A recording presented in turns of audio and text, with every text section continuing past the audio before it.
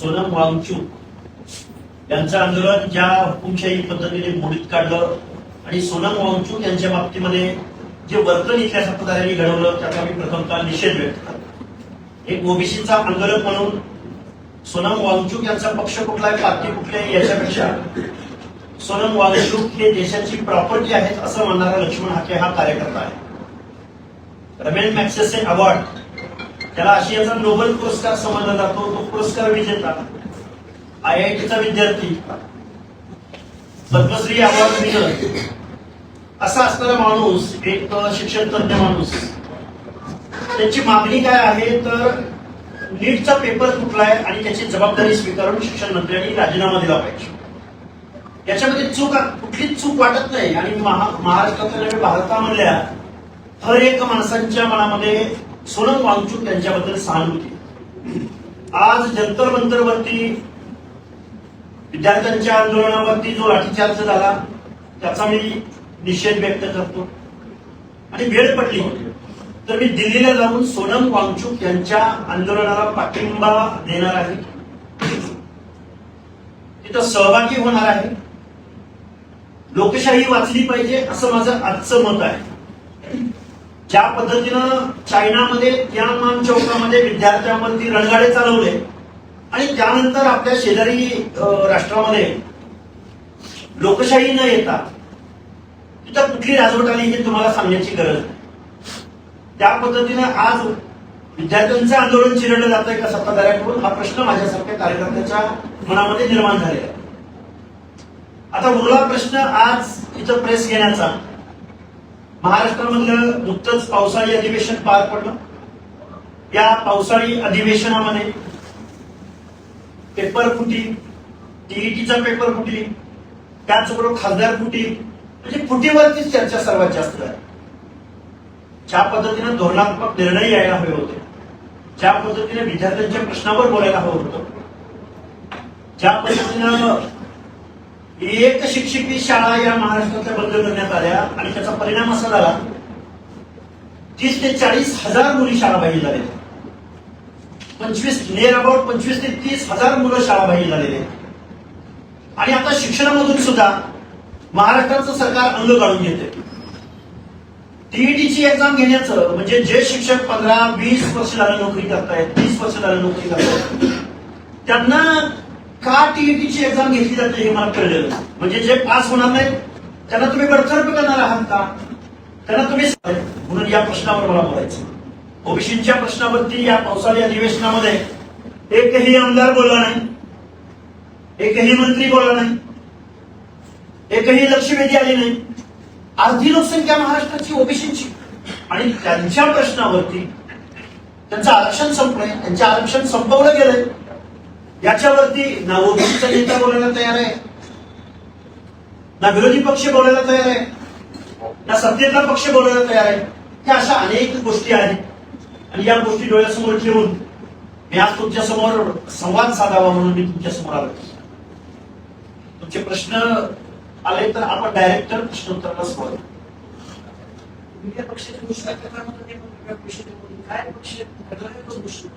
बघा, येऊ घातलेल्या कालावधीमध्ये महाराष्ट्रामध्ये ओबीसी जनता पार्टी नावाचं महाराष्ट्राच्या नव्हे भारत देशाच्या अर्ध्या लोकसंख्येचा वॉइस जर बॅलेटद्वारे, मतपेटीद्वारे जर इथल्या लोकशाहीमध्ये जर सामोरं जाणार असेल, पर्याय देणार असेल, त्या पद्धतीने ओबीसी बांधव अपिलिंग मूडमध्ये येणार असतील तर निश्चित ओबीसी जनता पार्टीची घोषणा जाहीर होईल आणि महाराष्ट्रामध्ये एक पर्याय तुमच्या समोर आम्ही निश्चित देऊ।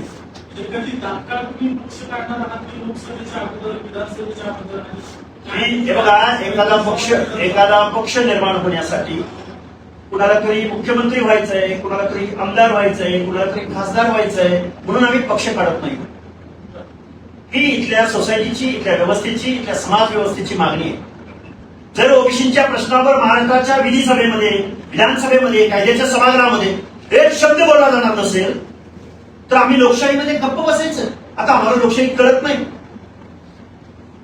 जरूर ओबीसीच्या 450 जाती आहेत याची कल्पना आहे आम्हाला, पण आम्ही ओबीसी जनता पार्टीच्या माध्यमातून ओबीसीच्या प्रश्नावर आंदोलन उभं करू, रस्त्यावरची लढाई लढू, कायद्याच्या सभागृहामध्ये जाण्याच्या दृष्टिकोनातून काम करू, ही प्रोसेस आहे.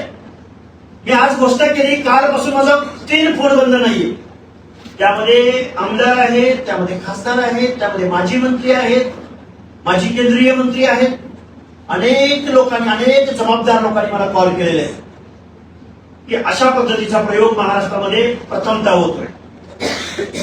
ओबीसीच्या नेतृत्वाने याच्या अगोदर काम केलं का तर केलं, पण सत्ताधाऱ्यांच्या वचनीला जायचं, सत्ताधाऱ्यांची मनमानी पाळायची, सत्ताधाऱ्यांच्या अजेंड्यावर काम करायचं, अशा पद्धतीचं काम ओबीसी नेतृत्वातून झालंय. खूप जबाबदारीने बोलतोय आणि खूप परखड आणि वास्तव बोलतोय. म्हणून इथून पुढच्या कालावधीमध्ये आम्ही ठरवलंय की ओबीसीच्या प्रश्नावरती आपण बॅलेटमध्ये सुद्धा पर्याय उपलब्ध करून द्यायचा, असं आम्ही आज रोजी ठरवलेलं. आमच्या बरोबर जे येतील ओबीसी जनता असेल, जयंती असतील, मुक्त जाती जमाती असतील, ओबीसी मधले हर एक माणसं असतील, एससी एसटी बांधव असतील, दलित असतील, मायनॉरिटी असतील आणि लोकशाहीचे समर्थक असतील, संविधानाला मानणारे असतील आणि ठरवेल काळ. बघा, इथं सत्तेचा ताम्रपट घेऊन कोणी आलेलं नाही, कुठला पक्ष आलेला नाही. देशाची जनता सार्वभौम आहे. अति चालत नाही, अति तिथं माती होते. सत्तेचा माज इंदिरा गांधींनी केला, त्यांचाही पराभव इथल्या जनतेने केलाय. त्यामुळे सोनम वांगचुक यांच्यावरती, यांच्याबरोबर ज्या पद्धतीने वागतं इथलं सरकार, या देशामधल्या जनतेला हे आवडलेलं नाही. राज्यात आणि केंद्रात भाजपमध्ये आता शब्द वापरला, सत्तेचा माज. कसं काय सत्तेचा माज आलाय राज्यात? निश्चित आलाय. अरे महाराष्ट्राचं सरकार कधी जनतेच्या प्रश्नावर काम करणार आहे? महाराष्ट्राचं सरकार अरे काय शाखा प्रमुख फोडतायत, तालुका प्रमुख फोडतायत, जिल्हा प्रमुख फोडतायत, आमदार फोडतायत, खासदार फोडतायत, विधान परिषदेतली लोक फोडतायत. अरे तुम्ही कधीतरी जनतेच्या प्रश्नावर काम करा की. तुम्ही तुमचा एखादा पक्ष स्थापन करा. तुम्हाला असं का आयात लोक का घ्यावीशी वाटतायत? तुम्हाला तुमच्या विचारधारेवर विश्वास नाही, तुमच्या कर्तृत्वावर विश्वास नाही, तुमच्या अजेंड्यावर इथल्या जनतेचे प्रश्न नाही. कोण आहे ती लोक? सत्तेतनं पैसा आणि पैशातनं सत्ता. जनतेच्या प्रश्नाचं यांना काहीही देणं घेणं नाही. म्हणून आम्हाला या गोष्टींचा विचार करावा लागतो.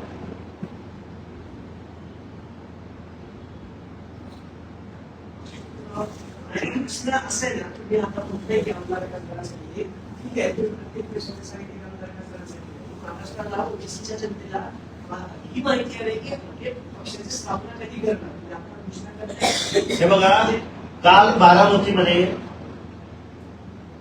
पत्रकार बांधवांना परिषदेला सामोरं जात असताना मी बोललो, पण आम्ही 100 सभांची घोषणा केली. त्यामध्ये 22 सभा आम्ही घेतलेल्या आहेत महाराष्ट्राच्या वेगवेगळ्या जिल्ह्यांमध्ये. अजून आमच्या सभा बाकी आहेत. आम्ही फर्टाईल लँड शोधतोय, कन्सिस्टन्सी, विधानसभा कन्सिस्टन्सी, लोकसभा कन्सिस्टन्सी टार्गेट करतोय आणि पक्षाची घोषणा आम्ही मुंबईला करू. 1 लाख लोकांच्या समोर घोषणा करू. अर्ध्या लोकसंख्येच्या पक्षाची घोषणा आम्ही त्या दृष्टिकोनातून चर्चेला तोंड फोडलंय आणि आम्ही खूप जबाबदारीने बोलतोय. ओबीसी जनता पार्टी तिचा अजेंडा लक्ष्मण हाके घरात नाही ठरवणार. या पार्टीचा अजेंडा महाराष्ट्रातल्या प्रत्येक तालुक्यातल्या, जिल्ह्यातल्या लोकांना एकत्रित करून कुठल्या प्रश्नावर काम करायचं, त्याचे सदस्य कोण असतील, 108 जणांची बॉडी कोणाची असेल, त्यामध्ये सल्लागार कोण असतील, आमचा अजेंडा काय असेल, लोकशाहीला मानणाऱ्या, लोकशाहीला डोळ्यासमोर ठेवून आज ज्या काही गोष्टी आहेत, ज्या काही गोष्टी घडतायत, त्याला एक पर्याय आणि जबाबदारीनं मी बोलतो. सर, काल बारामतीतून तुम्ही पक्षाची घोषणा केली, काल योगायोग आहे काय बारामतीच्या मार्गावर जाऊन पक्षाची घोषणा करायची? हे बघा, बारामती फर्टाईल लँड आहे असं समजा. उपजाऊ जमीन आहे बारामती. उपजाऊ जमिनीमध्ये जर आम्ही एखाद्या क्रॉप्सची जर टेस्ट केली तर त्यात वावलं काय? आम्ही सांगलीला जाऊ, आम्ही अहिल्यानगरला जाऊ, आम्ही विदर्भात नागपूरलाही जाऊ. दुसरीकडे राजकीय उपजाऊ जमीन नाही का? अहो, हा प्रश्न मी बऱ्याच वेळा प्रेस घेऊन याची उत्तरं दिलेली आहेत. आता एक काम करतो, मी आणि सुनेत्रताईंची एक पत्रकार परिषद घेतो आणि त्या प्रश्नाचं उत्तर देतो. कारण त्या प्रश्नाचं अहो एखाद्या कार्यकर्त्यानं एखाद्या पोटनिवडणुकीमध्ये माघार घेतली म्हणजे काही गुन्हा झाला का हो? तुमचा पाठिंबा राष्ट्रवादीबरोबर आहे का? प्रश्न असं पाठिंब्याचं बोलतच नाही ना मी. तुम्ही बोलले ना ते. काय बोललो मी सुनेत्रा ताईंसंदर्भात बोललो मी अजित पवार पक्ष असं काय बोललो का कारण शरद पवारांचा पक्ष आणि अजित पवारांचा पक्ष एक आहे ते दोघेही सत्तेबरोबर आहेत असं मी मानणारा कार्यकर्ता त्यामुळे मी पक्षाचा कुठं उल्लेख केला आणि कुठं बोललो मी पक्षाचा? सुनेत्राताई त्याच पक्षाचे आहेत ना. ते असू शकतात ना असं कसं काय तुम्ही डिवायडेशन करता? ते सुनेत्राताई त्या पक्षाचे नाहीत, अजित पवार शरद पवार एकाच मी पक्षाचे. एक महिला उपमुख्यमंत्री म्हणून हा. सहानुभूतीच्या बाय इलेक्शन मध्ये मी त्यांना पाठिंबा दिलाय याचा अर्थ मी कुठं माझी चळवळ थांबवली मी कुठं माझं आंदोलन थांबवलंय मी कुठं पुढच्या निवडणुकांमध्ये मी त्यांना वॉर्ड लिहून दिलाय मी आता कधीच उभारणार असं थोडंच आहे लोकशाही आहे ओबीसी पक्षामध्ये बारामतीतून ज्या घोषणा तुम्ही करता त्यानंतर तुम्ही स्वतःच गुंडाळता आता तसं असं काही होणार नाही एक सर्वसामान्य कार्यकर्ता माझ्या मर्यादा तुमच्या दृष्टिकोनातून मला चांगलं माहिती आहे कुठं मागे यायचं कुठं पुढे जायचं आम्हाला चांगलं कळतं ओके साहेब तुमच्या पक्षामध्ये जर फिगर ओबीसी आले किंवा ते जर जॉईन करत असेल तर त्यांना लोकशाही मानणारे इतरांचा आदर रिस्पेक्ट करणारे कॉमन मिनिमम प्रोग्रामवर जर एकत्र येत असतील तर अडचण काय जरांगे पाटलांना पण असा आवाज करतात. काय जरांगे पाटलांना जर आमच्या ओबीसी मधून आरक्षण त्यांची मागणी करावी पण ओबीसी मधून न मागणी करता जर तरी काही वेगळी मागणी करत असतील तर त्यांनाही बरोबर घेऊ आपण नाही, ओबीसी पार्टी आहे, तुम्ही घोषणा केली आहे, तर त्यांना बोलवणार आहे का तुम्ही कार्यक्रमात? ते पण ओबीसी होणार. कोण जरांगे हे काय कायदेशीर होणार आहेत का आम्ही त्यांना बेकायदेशीर समजतो ना फक्त कायदेशीर ओबीसी ना तुम्ही काय? ऐका हा. ना एक तारीख सांगून द्या की आम्ही या दिवशी पक्षाची घोषणा करतोय कारण तुम्ही म्हणताय आपण कोणाला काय मेसेज आले सगळे हो आणि हे सगळं तुम्हाला इलेक्ट्रॉनिक मीडिया खोटं बोलत नाही माझे मोबाईल काढून लगेच तुम्हाला स्क्रोल करून दाखवतो. तारीख जाहीर करू ना महिन्या 2 महिन्याची तारीख जाहीर करू चला पण जरांगे पाटलांना बोलवणार आहे का? दरंगे पाटलांनी जर त्यांची मागणी मागं घेतली आणि इथल्या बलुत्या सामाजिक दृष्ट्या मागासांचं आरक्षण मान्य करून त्यांची वैयक्तिक मागणी ओबीसी आरक्षणाला धक्का न लागता ओबीसी आरक्षणामधलं इन्क्ल्युजन न होता जर ते त्यांची मागणी करणार असतील ज्या पद्धतीने 56 मोर्चांची मागणी होती ती ओबीसीच्या प्रांतातला आम्हाला नको अशी भूमिका ते घेणार असतील तर मला अडचण नाही जरांगेंना बरोबर घ्यायची पण ते जर ओबीसी मधूनच आरक्षण आम्हाला पाहिजे असं म्हणणार असतील तर अजिबात जमणार पक्ष स्थापनेच्या अगोदर जरांगीला ऑफर देत आहे पक्ष द्या नाही तुम्ही प्रश्न विचारला म्हणून मी माझी भूमिका मांडतो मी कशाला देऊ त्यांना अरे 12, 13, 14 करोड जनता आहे लोकशाही मानणारे ते पण ते मिळालं आरक्षण तर ते पण ओबीसी होणार आहे ना पक्ष पण ओबीसी ते बेकायदेशीर म्हणतो ना आम्ही त्यामुळे बेकायदेशीर लोकांना कसं काय आम्ही बोलू तुम्हाला ज्यांचे फोन आले म्हणताय तुम्ही आजी माझी जे काही आहेत राजकीय लोक त्या राजकीय लोकांनी आतापर्यंत ओबीसी साठी काय काम केलं?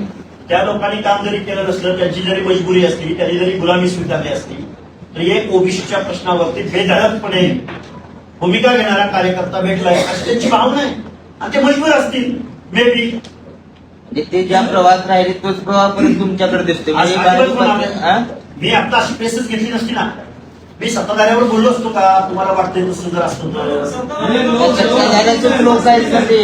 लोकसभेत आणि विधानसभेत तुम्ही भाजपला पाठिंबा दिला पण ती चूक होती पश्चाताप झाला चूक होती पश्चाताप झाला 100% प्रांजळपणानं नमूद करतो तुमच्या पक्षाचे अध्यक्ष तुम्हीच असणार पक्षाचे अध्यक्ष ठरवतील 108 लोक एकत्रित येतील कारण पक्षाच्या रजिस्ट्रेशनसाठी 108 लोकांचं कन्सर्न लागतं ती लोक ठरवतील आपण तुम्हाला फोन येत आहे फोन येत आहेत मी बोललो म्हणून मला फोन येत आहे मी चर्चेला वाचा फोडली म्हणून मला फोन येत आहे कारण एखाद्या पक्षाच्या रजिस्ट्रेशनसाठी पक्षासाठी एक सिंबल लागतो एक व्यक्ती लागते काही विषय लागतात त्याचा भौगोलिक प्रदेश या सगळ्या गोष्टी कॉमन आहेत त्यामुळे एखादा माणूस जर अशा पद्धतीचा कॉन्सेप्ट या लोकशाहीमध्ये मांडत असेल तर त्यालाच कॉल जातील ना जर लोकसभेला आणि विधानसभेला म्हटलं भाजपला पाठिंबा देऊन आम्हाला खूप सारी पश्चाताप आता त्याचं प्रायश्चित्त काय करणार त्याचं प्रायश्चित्त ओबीसी जनता पार्टी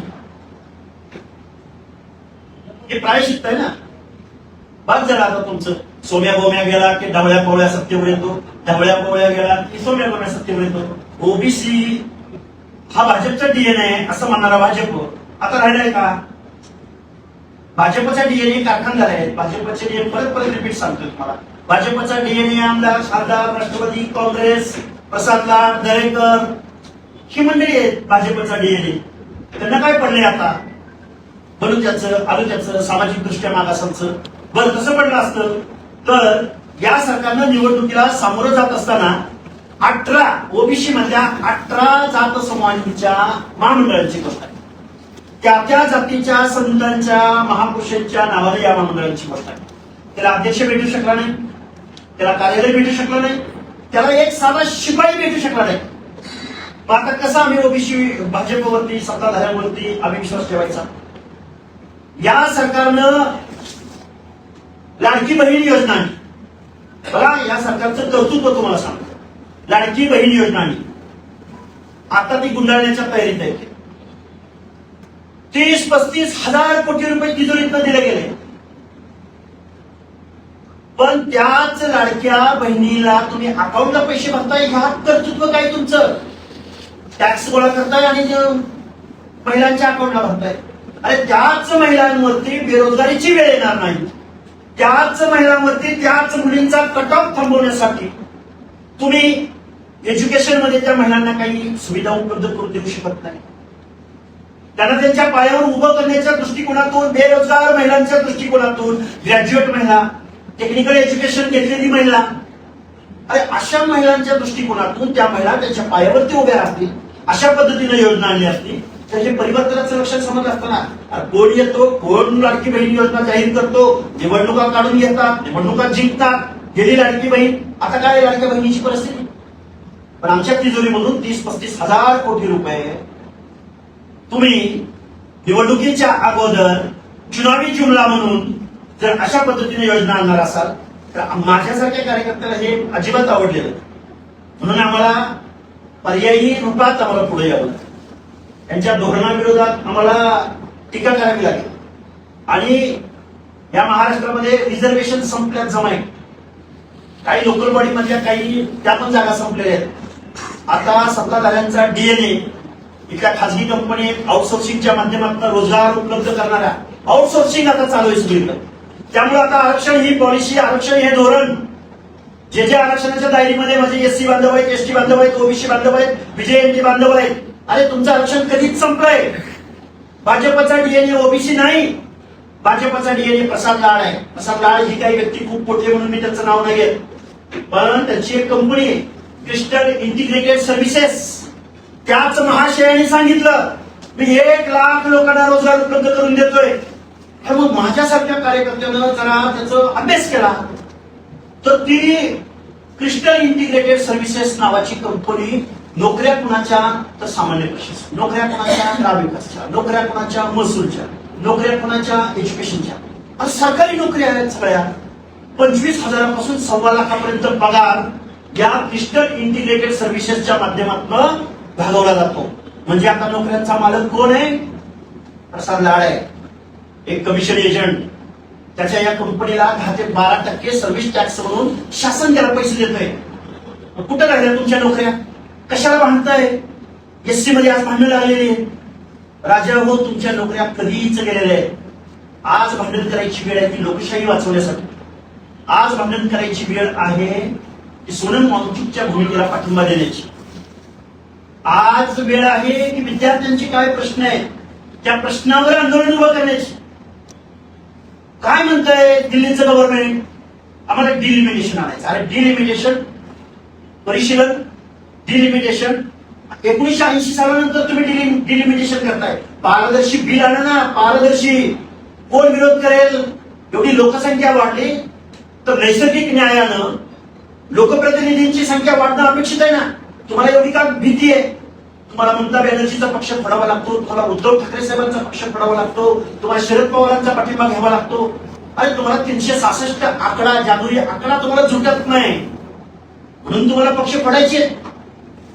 हे जे चाललंय हे लोकशाही विरोधी चाललंय. लोकशाही कधी नव्हे ती अडचणीत आहे असा पक्का समज लक्ष्मण हाकेचा झालाय. म्हणून आम्ही म्हणतोय की ओबीसी जनता पार्टी या महाराष्ट्रामध्ये पर्यायी. तमिळनाडूमध्ये सरकार आवाज येत नाही. आवाज महाराष्ट्राची कल्पना व्हायला मागताय का? असे पोस्टर फिरले होते 4 महिने. हे बघा महाराष्ट्राची जनता ठरवेल महाराष्ट्राचा ओबीसी बांधव ठरवेल.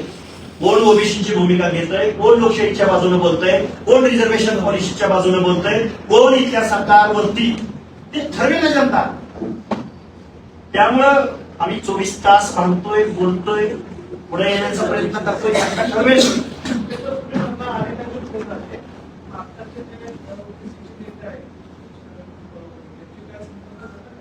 हे बघा, ओबीसीच्या नेत्यांना आम्ही समजून घेतो, ते त्यांच्या पक्षाच्या अजेंड्यावर काम करतात.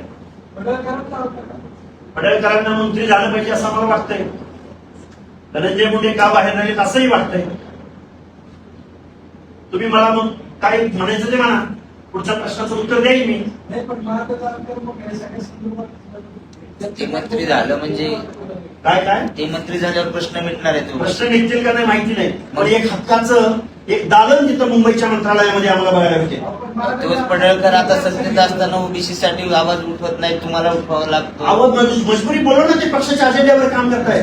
मग तुम्ही त्यांना सहानुभूती अरे द्या. पण आमचा एक माणूस, एक नेतृत्व तयार व्हायला 20-25 वर्षाचा कालावधी द्यावा लागतो. ते आमच्या बरोबरच असतील, ही अंदर की बात है. ओबीसी लीडर, सब ओबीसी लीडर हमारे साथ है. सगळे बरोबर आहेत, ते तर आमचे गुरु आहेत.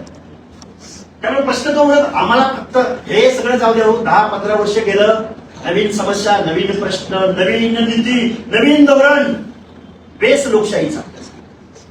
त्यामुळं तेच काय घेऊन बसलाय. प्रायव्हेट लिमिटेड कंपनी नाही करायची आपल्याला. तुम्ही तेच म्हणताय ना, मग पडळकर मंत्री करायचं कोण? काय होतं? मी काय बोलतोय, आज आत्ता ऑप्शन आहे का आमच्याकडे? आत्ता आम्ही लोकप्रतिनिधी आहोत का? आत्ता आम्हाला कुठला पर्याय उपलब्ध असू शकतो ते बोलतोय ना. वास्तवातही बोललं पाहिजे, भविष्यातलंही बोललं पाहिजे, भूतकाळातलाही अनुभव घेतला पाहिजे, तरच चालेल ना. पण त्यांच्यावर पक्षाचा दबाव आहे. आता त्या पक्षाने मंत्री केल्यानंतर ते कसं काय म्हणतात? ओबीसी महत्वाचं आहे. जर तुम्ही ओबीसीचा फेस म्हणून जर तिथं गेला असाल, ओबीसीच्या मतदानावर गेला असाल, देशाच्या संसदेच्या अधिवेशनामध्ये ओबीसीच्या प्रश्नावर 48 पैकी एकही खासदार बोलत नाही. का पार्टी काढू नये आम्ही? महाराष्ट्राच्या विधानसभेमध्ये, विधान परिषदेमध्ये ओबीसीच्या प्रश्नावर गेल्या पावसाळी अधिवेशनामध्ये एकाही प्रश्नावर बोललं गेलं नाही. का पक्ष काढू नये आम्ही? आहे ओबीसीचं कोणी? त्यामुळं असे अनेक प्रश्न आहेत. ओबीसी जनता पार्टी मोठ्या ताकदीनं काम करेल आणि ती घोषणा हजारो लाखो समुदायाच्या उपस्थितीमध्ये आम्ही करू. कधी करणार? अरे मुंबईला घेणार, राजधानीमध्ये घेणार, तुम्ही राष्ट्रीय अध्यक्ष असणार होता. ते अध्यक्ष नंतर ठरवू ना. आणि आता तुम्हीच घोषणा करताय पक्षाचा अजेंडा पाहिजे, अरे दादा, पक्षाचा मी पाहिजे. काय पवार फॅमिली मध्ये आहे का? 5 पोर आहे का? की कुणाला घ्यायचं कुणाला नाही ठरवायचं? ही ओबीसी जनता पार्टी 108 लोक एकत्र येतील, ठरवता येईल. कोण? ही लोकशाहीची प्रक्रिया आहे, ही चळवळीची प्रक्रिया आहे. चळवळ जर रस्त्यावरच्या लढाईला जर इथली लोक जर रेकग्नाइज करणार नसतील, दखल घेणार नसतील, त्याला इग्नोर करत असतील, तर चळवळीचं रूपांतर पक्षामध्ये होतं, पर्यायामध्ये होतं. ते जनतेसमोर मध्ये जाऊ शकतात का? आम्ही चळवळी करायच्या, आम्ही लढाया करायच्या, आम्ही मारामाऱ्या करायच्या, लाभ दुसरे घेणार, असं आहे का? कोण कुठली माणसं येतात, आम्हाला मुख्यमंत्री व्हायचंय आणि आम्हाला आमदार, कोणी ठरवलं? कोणी सांगितलं तुम्हाला? इथली जनता ठरवेल. आणि आता इथल्या जयंतीला चांगलं कळतंय,